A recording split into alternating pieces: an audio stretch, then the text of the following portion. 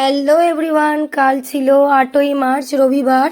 পরশুদিনকার থেকেই গান চলছে। কালকে ছিল সৎসঙ্গ, সারাদিন ভগবানের নাম নেওয়া হয়েছে। তো সেখানেই সন্ধেবেলা আবার গিয়েছিলাম প্রসাদ খেতে।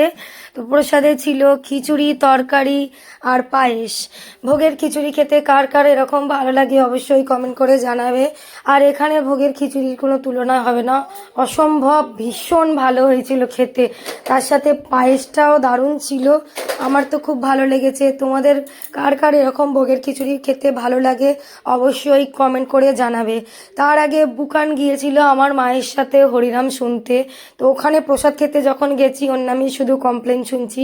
কেউ বলছে মাথায় নাকি ফুল ছুঁড়ে মেরেছে, কার নাকি গলা টিপে ধরেছে, কার নাকি আবার মাথার চুল ধরে টেনেছে, খুব নাকি দুষ্টুমি করেছে।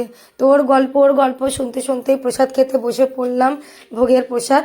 আর দেখো এখানে দেখো কত ভিড় হয়েছে, প্রচুর লোক প্রসাদ খেয়েছে, আবার বাড়ির জন্য প্রসাদ নিয়েও গেছে। সন্ধেটা খুব সুন্দর আর ভালো করে কাটালাম ওই দিন। সকাল থেকেই বাপের বাড়ি গিয়েছিলাম অনুষ্ঠানটা